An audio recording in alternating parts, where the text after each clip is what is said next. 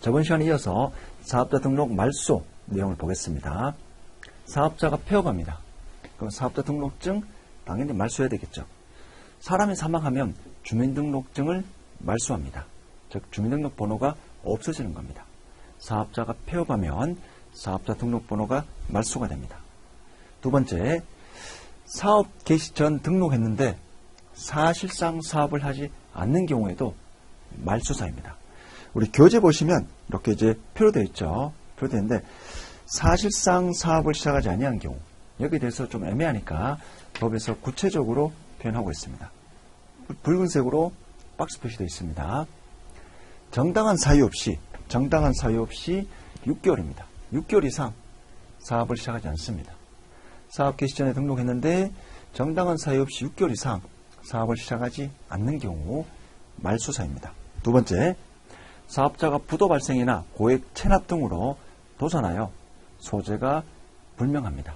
이런 경우에도 말소사입니다. 세 번째, 자, 여기 두 개까지만 표시해놨고요.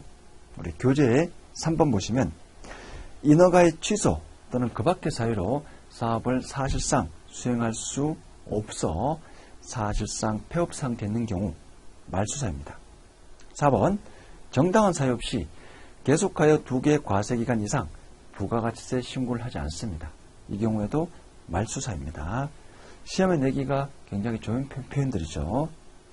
자, 5번은 1에서 4까지 유사한 사유로 사실상 사업을 시작하지 아니한 경우 말소사입니다. 폐업하면 당연히 말소해야 되고요.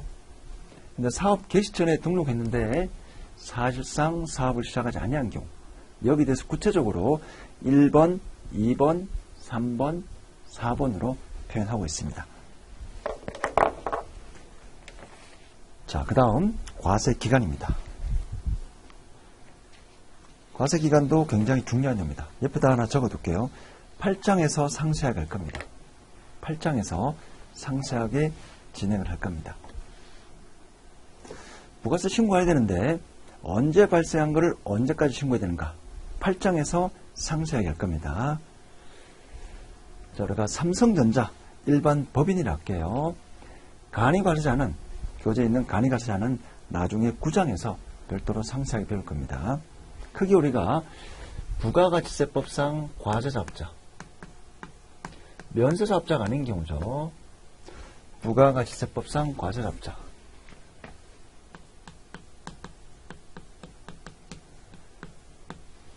부가가치세법상 과세사업자를 두 가지로 구분하고 있습니다. 일반 과세자가 있고요. 간이 과세자가 있습니다. 자, 간이는 직전연도,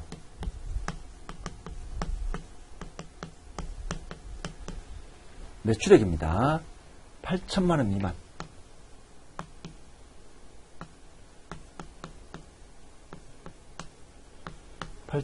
미만인 개인사업자.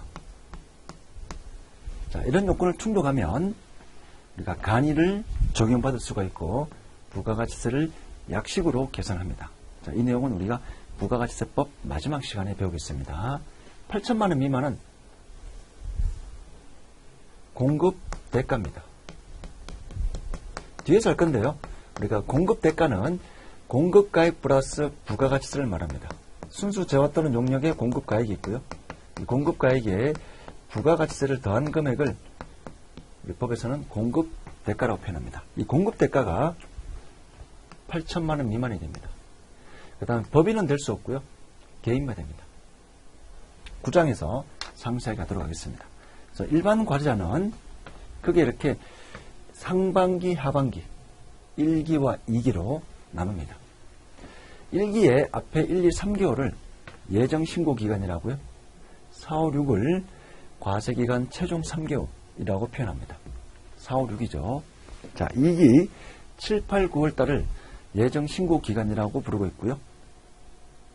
그 다음 10, 11, 11을 과세기간 최종 3개월로 이렇게 표현하고 있습니다.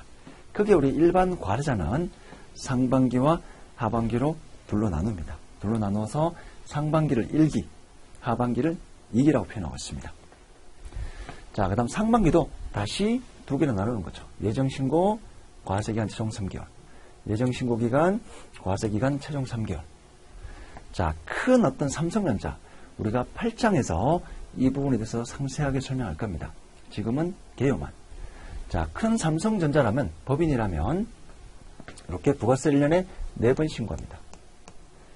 1월 1일에서 3월 31일 1기 예정신고 기간에 발생한 매출, 매입세, 매출의 10% 매출세액, 매입의 10% 매입세액, 매출세액, 매입세액을 1월에서 3월까지 발생한 걸 4월, 25일까지 신고도 하고 납부도 해야 됩니다. 납부 기간이 따로 있는 게 아니고요. 신고 납부 기간입니다. 같이 해야 됩니다. 4월, 5월, 6월 매출세액, 매입세액 발생한 거를 7월, 25일까지 신고합니다. 그 다음 2기 7, 8, 9월달 2기 예정신고 기간에 발생한 매출세액, 매입세액을 10월, 25일까지 신고합니다. 10월, 11월, 12월 2기 과세기간 최종 3개월 이때 발생한 매출세액, 매입세액을 다음 연도 1월 25일까지 신고를 해야 됩니다. 자, 요 그림은 요 표로 보시면 되겠고요. 요 그림은 교재에 상세하게 있습니다. 1, 2, 3월을 4월 25일까지, 4월, 6월을 7월 25일까지, 7, 8, 9월을 10월 25일까지, 10, 11, 12월 발생한 매출세액, 매입세액을 1월 25일까지 이렇게 신고, 납부를 해야 됩니다. 자, 이에 반해서 우리 간회가세자는 1년을 두고 있습니다. 1년. 1년치 발생한 내용을 다음 연도 1월 25일까지 이렇게 신고하는 게 원칙이고요. 예외적인 내용은 우리가 8장, 9장에서 별도로 상세하게 학습을 하겠습니다. 자, 그 다음 이제 신규 사업자, 폐업자의 과세 기간입니다. 원칙적으로 사업자 등록을 언제 해야 되죠? 사업 개시하면 20일 이내에 신고합니다. 자, 예를 들면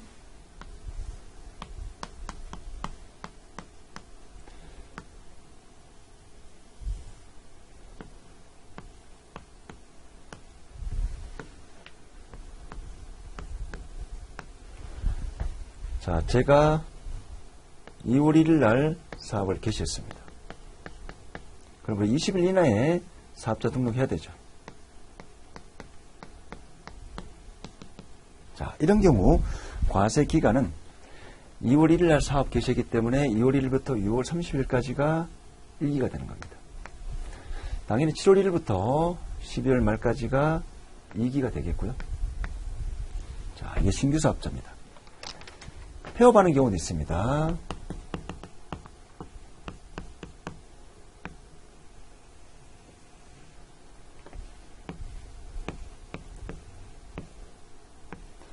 계속 사업을 하고 있습니다. 여기가 1기고요. 근데 이때 폐업했어요.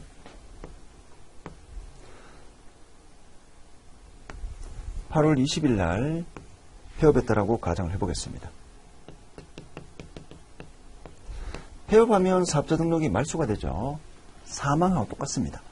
그럼 2기 과세 기간은 이때부터 이때가 되겠죠. 2기는 7월 1일부터 8월 20일까지. 즉 사망한 날짜입니다. 사람으로 따지면 사망한 날짜죠. 폐업일까지. 이때가 2기가 되는 겁니다. 근데 우리가 신규 사업자 같은 경우에는 원칙적으로 사업 개시일로부터 20일 이내에 사업자 등록하면 되지만 사업 개시일 전에도 사업자 등록 신청할 수가 있습니다. 사업 개시 전에도 사업자 등록할 수가 있습니다. 원칙은 개시일로부터 20일 이내에 등록합니다. 자, 그러면 개시일부터 1기가 되고요. 근데 사업 개시 전에 등록 신청하게 되면 자, 등록 신청일부터 종료일까지. 예를 들어 이때 등록했어요. 예를 들면 1월 20일 날 미리 등록 신청했습니다. 자, 원칙은 2월 1일 날 계셨으면 2월 1일부터 20일 이내에 신청하면 2월 1일부터 기산이 됩니다. 즉 2월 1일부터 6월 30일까지가 1기가 되겠죠. 근데 예외적으로 신규 사업자는 사업 개시일 전에도 사업자 등록 신청할 수가 있습니다. 자, 이렇게 되면 등록 신청일입니다. 등록 신청일. 이런 경우에는 1월 20일부터 6월 30일까지가 1기가 되는 거죠. 자, 이 표현을 이렇게 그림으로 표시해 놓은 겁니다. 자, 신규 사업자는 사업 개시일 아니면 미리 등록 신청했다면 등록 신청일부터 종료일까지, 폐업자는 개시일부터 폐업일까지 이렇게 과세기간, 신규 사업자, 그 다음 폐업입니다.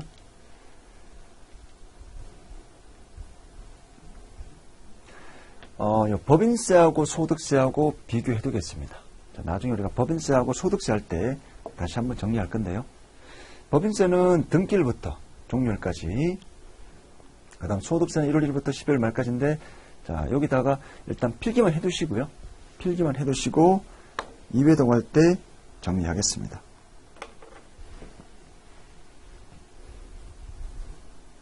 자, 교재에다가 필기만 해 두시고요.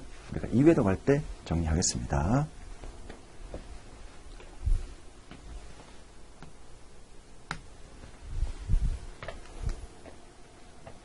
자, 여러분들 교재에다가 필기해 두시고요. 자, 다음에 이제 간이가세 폭이란 게 있는데, 자, 여기다가도 구장 연결을 해 두겠습니다. 구장 연결.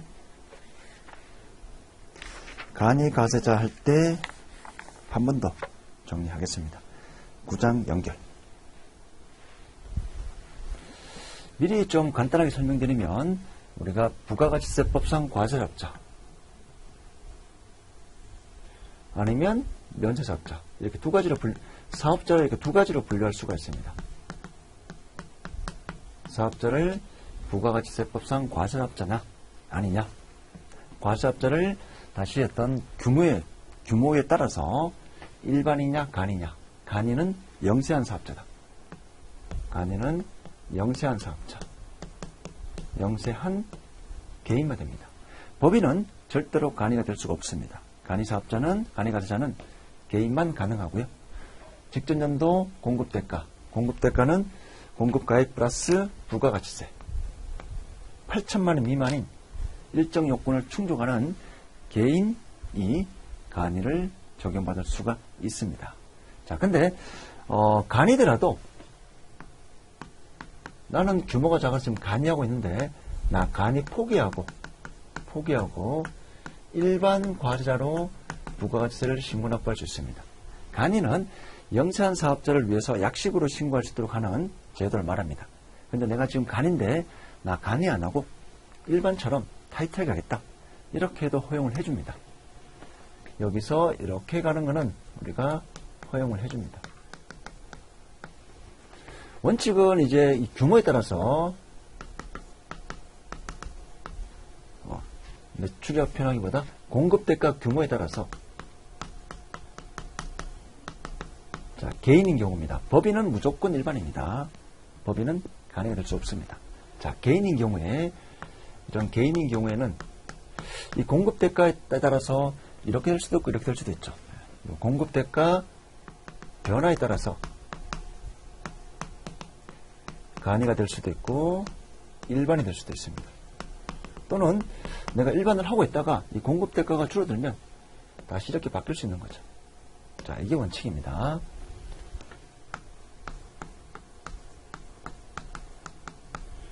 자, 이게 원칙인데, 법에서는 제가 지금 공급대가가 굉장히 적어요.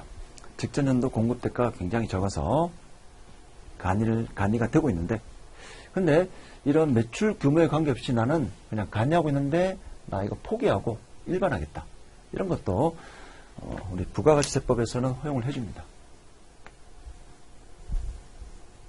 자, 구장 연결이라고 적어둘게요. 구장에서 상세하게 진행할 겁니다. 자, 근데 지금 이제 약식으로 설명드리면, 자, 간이하고 있는데 나 포기하고 일반하겠다, 이런 것도 허용을 해줍니다.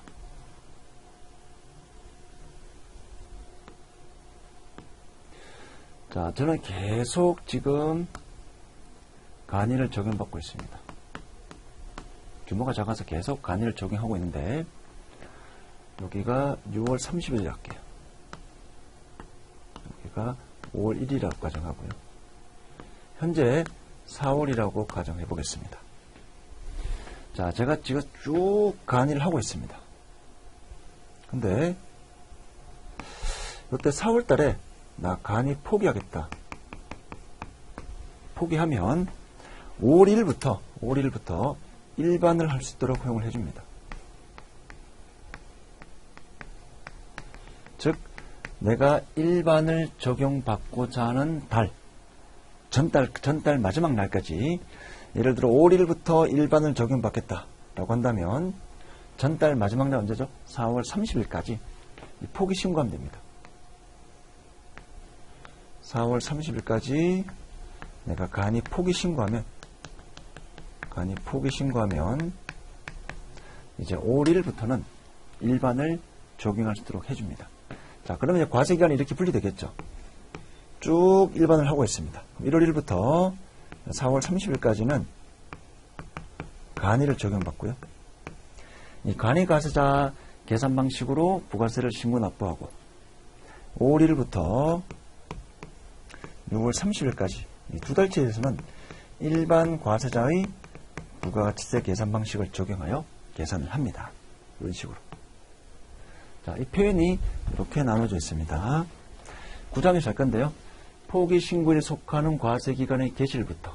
자, 제가 4월 달에 포기했다. 4월 30일까지 포기합니다. 그러면 그 신고일에 속하는 달의 마지막 날, 4월 달에 포기하면 4월 말까지. 이때는 간이로 해주고요. 그 신고일이 속하는 달의 다음 달 1일부터, 우리 4월 달에 내가 포기했다. 4월 30일까지 포기하면 5월 1일부터, 다음 달 1일이니까 5월 1일부터 그날이 속하는 과세기간의 종료일, 즉 6월 30일까지를 말하는 겁니다. 그때까지는 일반을 하도록 해줍니다. 자, 조금 디테일한 내용이지만 구장할 때 한 번 더 하도록 하겠습니다. 이렇게 해서 부가세 신고를 이렇게 따로따로 한다는 겁니다. 계산 방식이 틀립니다. 간이할 때 한 번 더 정리하겠습니다. 자, 그 다음 장 부가세 신고 납부. 자, 납세지입니다.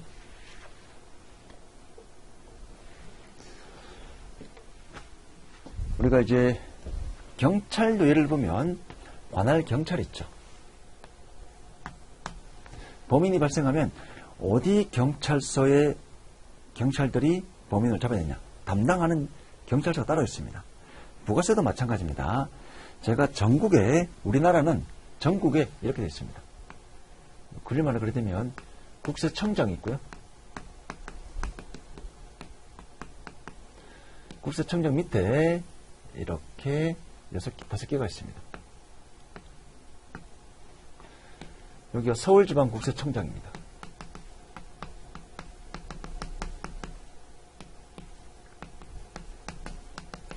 서울지방국세청장은 우리 서울권을 다 관할합니다. 서울지방국세청장 밑에 이렇게 우리 서울로 따지면 몇십 개의 세무서가 있습니다. 뭐 종로세무서장, 강남세무서장, 뭐 성동세무서장, 이렇게 등등등등으로 이루어져 있습니다. 그 다음에 경기도는 이제 중부지방국세청이 있고요. 그 다음에 대구, 경북은 대구지방국세청, 충북, 충남, 대전은 대전지방국세청, 전북, 전남, 광주는 광주지방국세청, 경남, 부산은 부산지방국세청, 이렇게 쭉 있습니다. 우리 이렇게 보면 되겠죠. 예를 들어 우리가 고등학생을 낸다면 교장이 있고요. 각 학년별로 주임이 있습니다. 그 다음에 담임선생님들이 있죠. 이런 원리로 보시면 됩니다. 자, 근데 이제 기본적으로는 예를 들어 제가 종로에서 사업장을 낸다. 종로에서 사업을 합니다. 제가 종로에서 사업장을 개설하면 사업장은 사업자 또는 사용인, 직원들이 상시 주재하면서 거래를 행하는 장소를 우리가 사업장이라고 부릅니다. 사업을 하는 장소죠. 사업장은 사업을 하는 장소의 줄임말입니다. 제가 종로에서 사업을 하면, 사업장을 내면 종로에서 부가가치세법상 과세상이 되는 재화 또는 용료를 공급하는 사업자가 되면 이 부가가치세를 어디에 신고해야 될까? 종로 세무서입니다. 종로 세무서. 자, 이런 식으로 제가 부가가치세를 신고 납부해야 되는데 어디다 할까? 자, 원칙은 각 사업장이 원칙입니다. 각 사업장이 원칙입니다. 자, 예외는 뒤에서 할게요. 각 사업장이 원칙입니다. 제가 강남에 사업장을 내면 강남 세무서에 신고 납부해야 됩니다. 성동에 사업장을 내면 성동 세무서입니다. 또는 서초에 사업장을 내면 서초 세무서에 합니다. 노원에서 사업장을 내면 노원 세무서입니다. 등등등.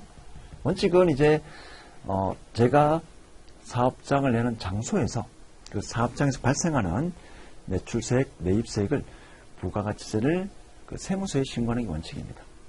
이렇게 되고요. 자, 그 다음, 즉 납세 의무자는 사업 의무를 이행하는 장소, 부가가치세 신고 납부, 어디 세무서에 될까? 그런 개념이고요.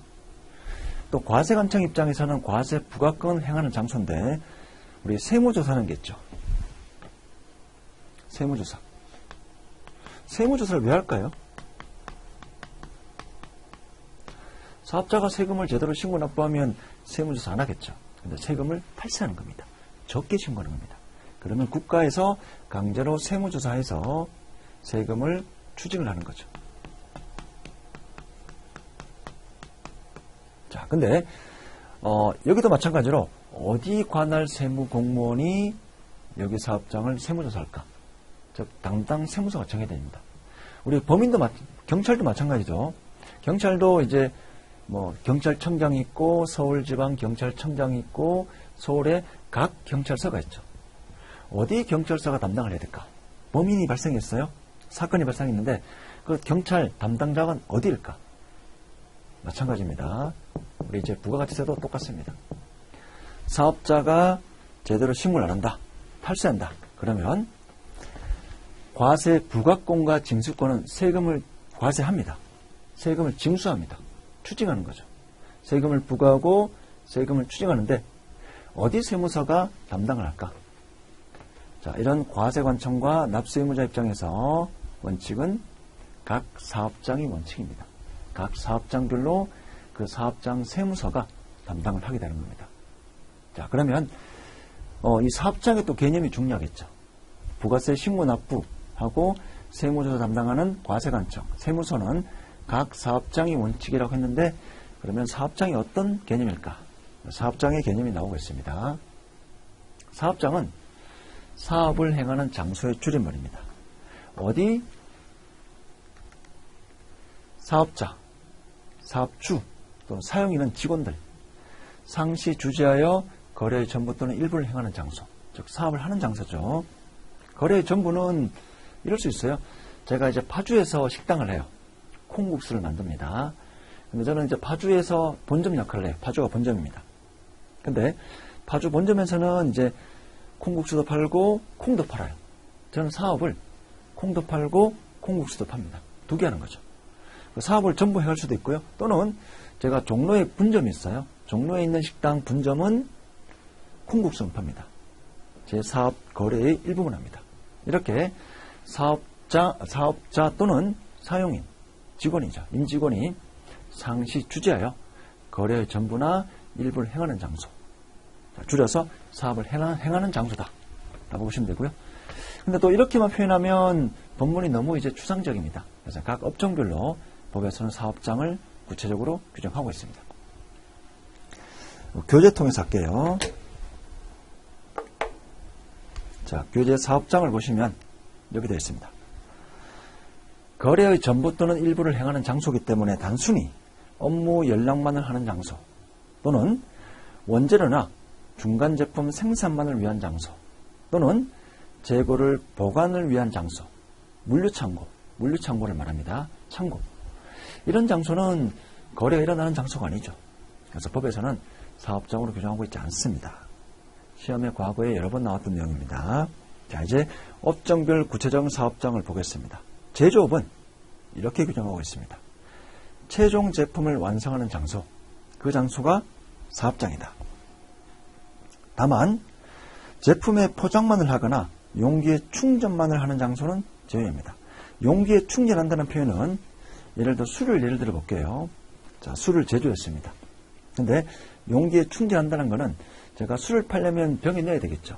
이렇게 병에 붓는 행위, 따르는 행위, 그걸 우리가 용기에 충전한다는 표현을 씁니다. 그런 충전만을 하는 장소는 사업장이 아니라는 겁니다. 최종 제품을 완성하는 장소가 사업장입니다. 두 번째, 광업.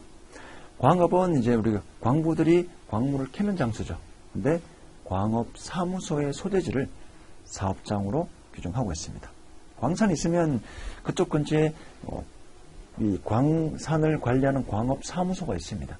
그 사무소를 사업장으로 규정합니다. 자, 다음으로 이제 부동산 매매업, 건설업, 운수업이 있습니다. 부동산 매매업은 이제 부동산을 파는 사업을 하는 거죠. 건설업은 부동산을 짓는 행위를 사업을 하는 사업자를 말하고요.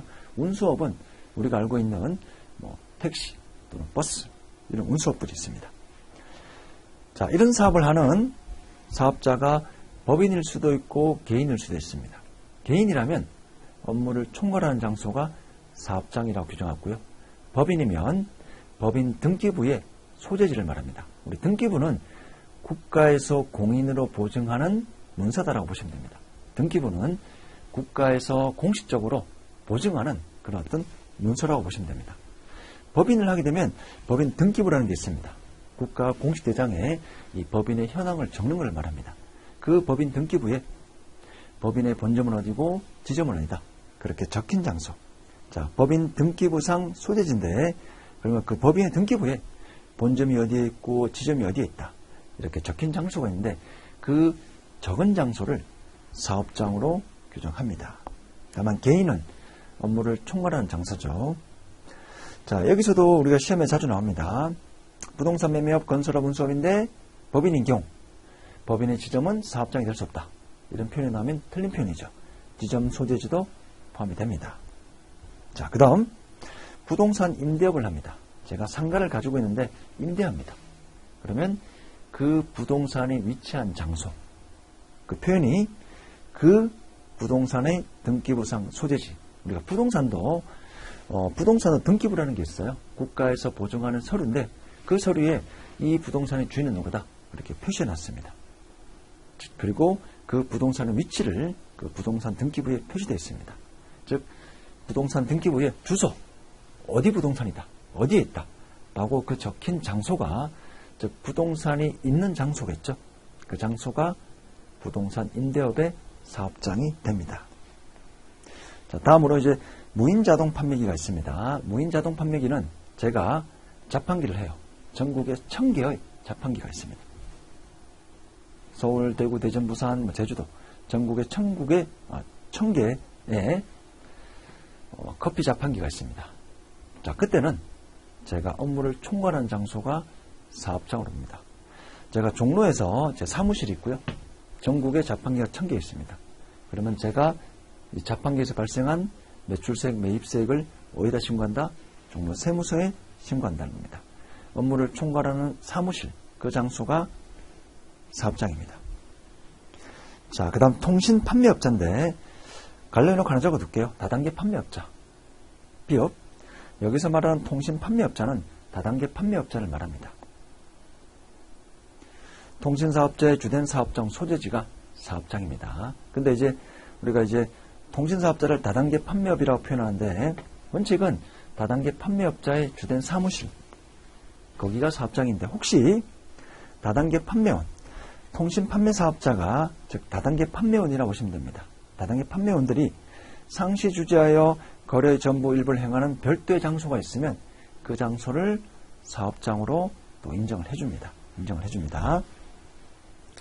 자, 시엇 그 다음에 비거주자 외국법인인데요.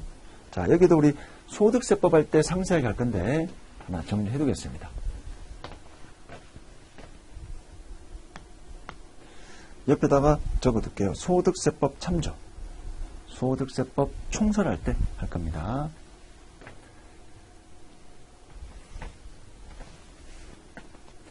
크게 우리가 개인이 있고요. 법인이 있습니다. 근데 개인을 다시 두 가지로 나눕니다. 거주자와 비거주자.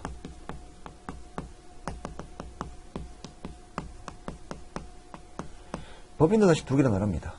내국법인, 외국법인.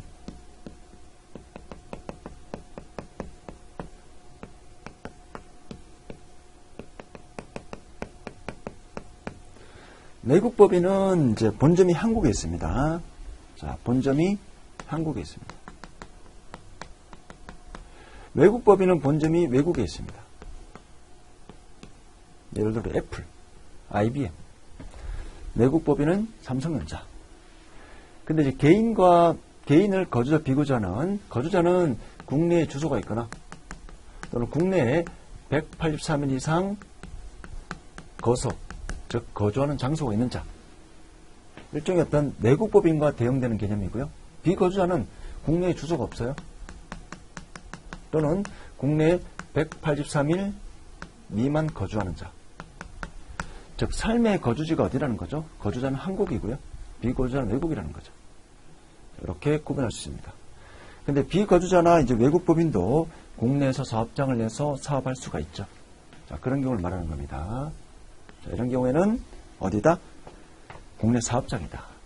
그 비거주자나 외국법인이 국내 사업을 하는 장소, 거기가 사업장입니다. 뭐 논리적으로 당연하겠죠. 자, 그 다음 사업장을 설치하지 않는 경우. 예를 들면 제가 집에서 인터넷 활용해서 주문을 받아서 상품을 배달해 줍니다. 즉 이제 홈쇼핑을 하는 거죠. 근데 이제 제가 집에서 이제 컴퓨터로 홈쇼핑을 하니까 재고 같은 거를 집에 이렇게 보관해 놓습니다. 특별한 사업장이 없을 때, 이럴 때는 사업자의 주소 또는 머무르는 장소, 거소입니다. 거소는 거주하는 장소의 줄임말, 거소라고 표현합니다. 자, 사업장을 별도로 설치하지 않는다. 이 표현은 집에서 사업을 한다는 겁니다. 집 주소 또는 너가 머무르는 장소. 사업장도 굉장히 시험에 자주 나왔던 내용입니다. 자, 그 다음 이제 직매장. 그리고 재화를 수입하는 경우에는 수입하는 세간의 소재지를 사업장으로 규정합니다. 교재는 없지만 이 내용도 적어둘게요. 자, 나중에 우리가 수입할 때 또 다룰 건데요.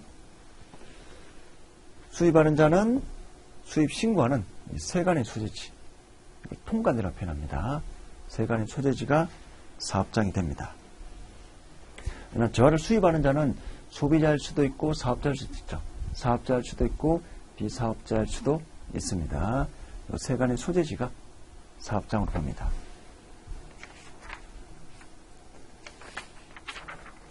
자, 그 다음 우리가 직매장, 하치장, 임시사업장인데, 자, 이 내용도 중요한 내용입니다.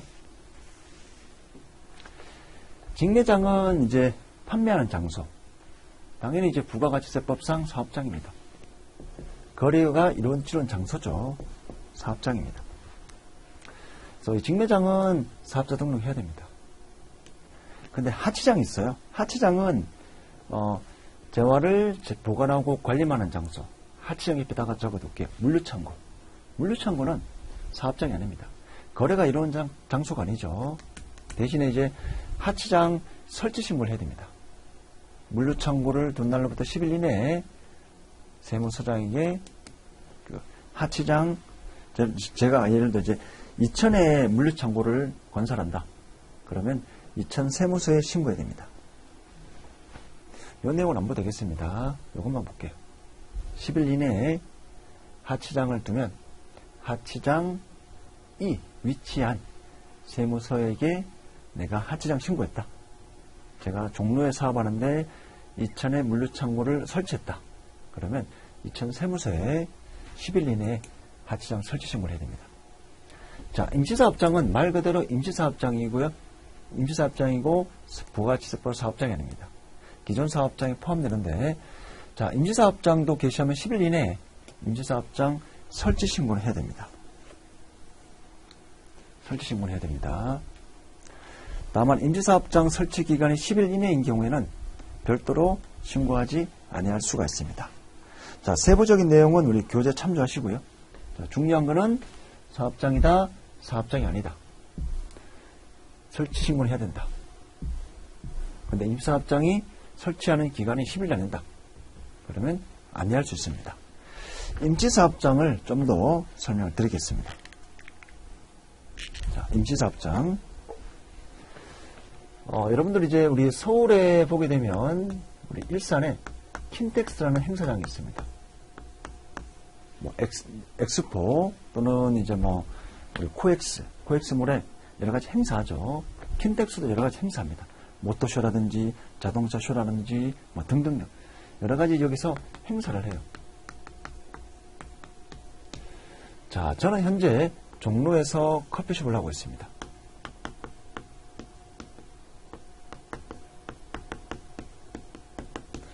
저의 사업장은 어디죠? 종로죠. 종로 사업 커피숍에서 발생하는 매출세액, 매입세액은 종로 세무서에 신고합니다. 자, 근데 제가 일산에 있는 우리 킨텍스에 모터쇼를 합니다. 그래서 제가 여기서 요청이 왔어요. 커피를 행사 기간 동안 커피 기계를 설치해서 요 행사 기간이 예를 들어 5월 8일부터 6월 7일까지 한 달 동안 한다. 그럼 이 기간 동안 제가 직원들하고 커피 기계를 들고 여기 이제 커피를 팝니다. 여기서도 매출이 발생하죠.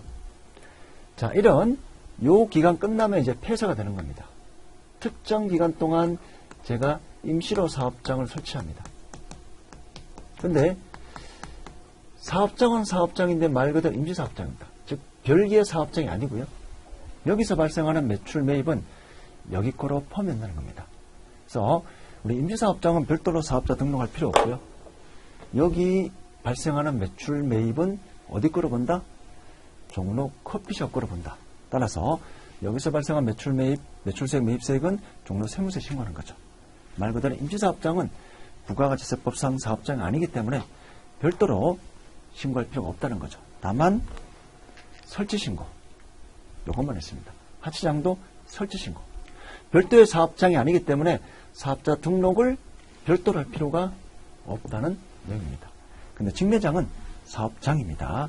별도로 사업자 등록 신청을 해야 됩니다. 자, 여기까지 하고 다음 시간에 우리 주사업장 총괄납부 같이 보도록 하겠습니다.